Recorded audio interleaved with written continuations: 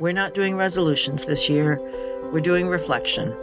So, in this episode, I share some of the most meaningful lessons this past year has taught me in my own personal life about forgiveness, about letting go of control of others' lives, healing abandonment wounds, and choosing softness in a world that encourages armor. This isn't about fixing yourself because you're not broken. It's about understanding who you're becoming and moving into the new year with more peace, compassion, and intention. Hey friends, welcome back if you're a regular. And if you're not a regular and you just found your way here, well, I'm so glad you found us, and hopefully you'll continue to show up here and show up for yourself. And if someone sent this to you, that's awesome that someone cares, and maybe someone knows that you've made progress and wants you to reflect on this past year. Or maybe they think what I'm sharing of my own personal journey will somehow help, and I hope it does. However you got here today, I'm so grateful that you pressed play and that you're here, that you've taken just a little bit of time for yourself, because that's what we're here for, to make small shifts, small movements forward, and that starts with your own self-care, and this can be part of it. But this episode today is one I look forward to in order to start our year off right. Not because it's about setting resolutions or reinventing yourself or promising to become an entirely different person on January 1st. No, this episode is about something a little bit more honest, more grounded, and more sustainable. Reflection. Taking the time to look back on this past year to help us move forward into the new year. And I'm going to share some personal reflections of my own. Now, reflection isn't about shaming yourself or picking apart your entire year. I'm talking about the kinds that invites you to pause, sit with yourself, and gently look at what this past year has taught you, where you've grown, what it stretched in you, what it revealed about you. And we know that growth and reflection can be painful because the most effective growth usually comes from pain. You can't build muscle without consistency and a little bit of pain. You can't become more flexible in your body without stretching past where you think you can go. And it's the same with your mental health. So we want to reflect on what has built us up this past year and what's quietly asking you to move forward. So, in not doing resolutions, but reflections, these resolutions can tend to be more reactionary, often fueled by guilt, what you should do, what you shouldn't do. So remember, when you hear the word should, that's someone else's voice talking in your head. We choose resolutions sometimes by comparison. I want to lose weight to look like this person, or I need to make more money to be like that person. And we choose resolutions based on the pressure to fix something. But guess what? You're not broken. Now, reflection helps you understand yourself. Reflection helps you choose intentionally. It helps ground you in what's realistic and healthy for you yourself. It's not about deciding who you should become. It's about understanding who you are becoming. So I want to share some reflections from my own life over the past year. These aren't lessons I learned from a book or a course or a perfectly curated morning routine. These are things I learned the slow way, the uncomfortable way, the way that requires sitting with feelings you'd rather avoid and asking yourself honest questions. And that uncomfortable way is the way we truly learn and grow. We don't grow when things are easy and predictable. We grow when we feel stretched and sometimes in pain. So just like your body and muscles, they don't grow and become strong sitting on the couch. They do so by pushing our bodies a bit, by moving weight around. And my hope here is not that you take my experience as a blueprint for your own life, but that you listen and gently ask yourself, what part of this feels familiar? What part of this might be inviting me to soften? We're going to talk about forgiveness, about letting go of wanting more for others, about abandonment wounds and emotional triggers, and about learning how to love people, including people with different opinions, without trying to reshape them into something that feels safer for us. None of this is about bypassing pain. It's about meeting it with compassion instead of armor. So one of the biggest reflections I've had this year is about forgiveness, what it really is and what it is not. I've had people ask me, sometimes gently and sometimes with disbelief, how I can still care about or even help people who in their minds have hurt me. The question underneath the question is usually something like, how can you forgive someone who caused you pain? Doesn't that minimize what happened? Doesn't that let them off the hook? And I understand that question because, as many have, I've thought in the past that Forgiveness was something that you extended outward, a kind of moral transaction with the other person. Something that said, what you did was okay, and I'm going to forget about it. But that's not how I experience forgiveness anymore, or how it's intended to be. For me, forgiveness is not a declaration about someone else's behavior. It's a decision about my own inner life. Yes, I can acknowledge that something hurt. Yes, I can honor the pain it caused. But at the same time, I can recognize that the person who hurt me is on their own journey, one shaped by their own experiences, their own wounds, their limitations, and the tools that they have available to them. Forgiveness doesn't erase accountability. It doesn't require reconciliation. And it certainly doesn't mean allowing continued harm. What it does mean for me is choosing not to let anger or resentment build inside me and take over my inner peace. I'm choosing not to become hardened by pain. Because the truth of it for me and for all of us is that unprocessed resentment doesn't protect us, it consumes us. When I hold tightly to anger, it doesn't punish the other person.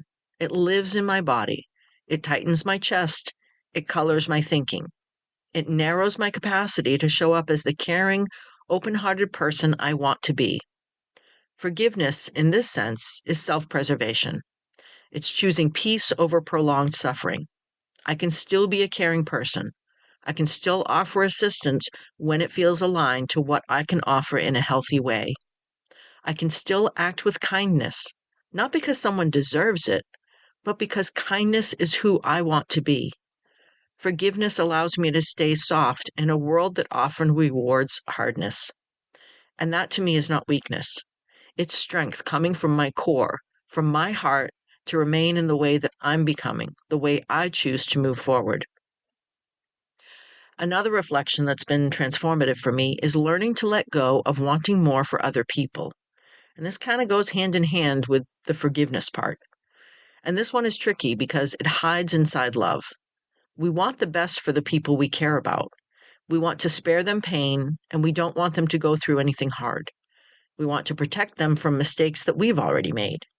We want them to choose the path that feels safer, healthier, more aligned, as we see it. And often this desire comes from genuine care.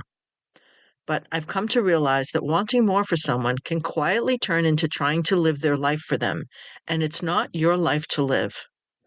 The truth we all have to face is that I don't allow people to walk their own paths, especially when paths look different from mine. If I do that, I'm robbing them of their own learning. We all arrive where we are through different experiences. What worked for me may not work for you. What healed me may not be what heals someone else. And sometimes people need to touch the stove themselves to understand it's hot. That doesn't mean we stop caring. It means we shift how we care. Instead of saying, I know better, we say, I trust your journey. Instead of trying to steer, we stand nearby ready to support if we can and if it's helpful. Instead of rescuing, we witness. There's humility in recognizing that our role in someone else's life is not to manage their outcomes, but to offer presence when invited. And this has required me to sit with discomfort, especially when I can see potential pain ahead for someone I love. But I've learned that growth doesn't happen when we're shielded from all hardship. Growth happens when we're allowed to meet our own lessons, to find the meaning in the pain and the discomfort. And what I might find for meaning is different than what you might find for meaning. And I need to let others find their meaning and their lesson. Letting go of wanting more for others has brought me more peace than I expected. It's softened my relationships, it's reduced frustration, and it's allowed me to love people as they are, not as I wish they would be. And that is more pure love, not transactional love. Another area of deep reflection for me this year has been my relationship with abandonment. Abandonment wounds are subtle. They don't always show up as fear of being left forever. Sometimes they show up as just a tight feeling in your chest when someone cancels plans, or a sudden wave of sadness when someone can't give you the time or attention you hoped for. And I've noticed how easily I can be triggered, not because someone's doing something wrong, but because an old story wakes up inside me that has nothing to do with them, and they don't even realize the story is there or that it's reading to me inside. And the story says, if you're not choosing me, I'm not important. The story says, if they say no, it means rejection. And this year, I've worked on gently challenging that narrative. I've had to remind myself that people have full lives. They have responsibilities, needs, and limits. And when someone says no to something or choosing something else that they need, they're not necessarily saying no to me. They're often saying yes to themselves. And that matters because that's what I talk about and that's what I want them to do. And that's what I do. When I honor my own capacity and needs, I'm not rejecting others. I'm caring for myself. And if I expect compassion for my boundaries, I have to offer the same in return. Now, this shift hasn't erased the emotional sting completely, but it's changed how I respond to it, and it's made me recognize it quicker. Instead of reacting from the wound, I pause, I breathe, and I ask myself, what else might be true here?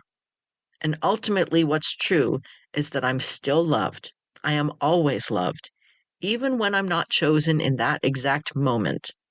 And learning that has been incredibly healing. All of this reflection naturally leads into how we relate to other people's opinions, especially in a world that feels increasingly polarized. I've spent time this year noticing how quickly we can assume opposition where there is simply a difference. Someone may hold different political views than I do. They may prioritize different values. They may see the world through a lens shaped by experiences that I've never had. And I've learned that this does not automatically mean they are against me. It often just means that other aspects of life feel more urgent or important to them. And when we truly care about people, we don't try to flatten them into versions of ourselves. We don't demand agreement as a proof of love. We don't force them into a mold to feel safe. We allow complexity. Now, of course, if someone's views are completely against your core values, so for me, that means that all are worthy of love, respect, and caring, regardless of color, regardless of how you identify, what religion, or anything else, then yes, if you are against that, you can choose to move away from them. But the rest, we remember that humans are layered, that people can be kind and loving and still see the world differently than we do. That doesn't mean abandoning your values. It means holding them with confidence rather than aggression. It means listening with curiosity instead of defensiveness. It means recognizing that connection does not require sameness. And honestly, this has been one of the most peaceful shifts I've made. When I stop trying to change people and care about them for where they are at, I find more peace in relationships. And at the heart of all of these reflections, forgiveness, letting go, healing abandonment wounds, accepting difference, is one central choice.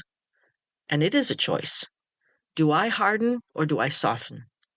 It's tempting to build armor after we've been hurt, to say never again, to close ourselves off in the name of self-protection.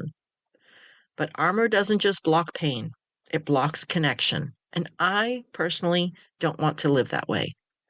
I want to remain someone who believes in compassion, someone who offers grace without self-abandonment, someone who trusts that staying open while maintaining boundaries, it's not naive, it's courageous. And that doesn't mean I get it right all the time, but it means I'm willing to notice, to reflect, and to choose again. So as we close today, I want to offer you a gentle invitation. Ask yourself, where might I be holding on to resentment that no longer serves me?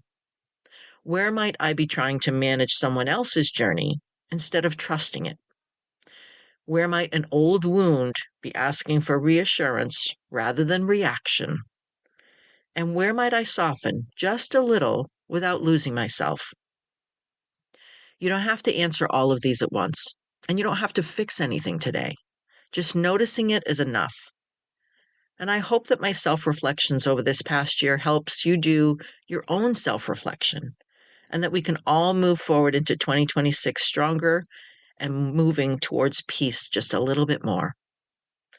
Thank you for spending this time with me, and I thank you for following and helping build our community. Thank you for showing up for yourself. And if someone shared this with you, well, thank them too, because it means someone thought of your heart. And maybe think of someone else that you think needs to hear this, that you can show that you care by sharing this with them. Let's go into this year with more kindness towards ourselves, and this will naturally lead to more kindness to others. Let's be more gentle with ourselves and with others. Let's believe that there is love in the world, and let's start with ourselves. Let's offer love to yourselves and begin to bring more light into the world, little by little and piece by piece. This podcast is based on my own life experiences. I'm not a therapist, a psychologist, psychiatrist, or any other licensed medical professional. Please share this podcast with anyone you think needs to hear this so that we all move forward, little by little and piece by piece. And thank you, Purple Planet, for sharing your music.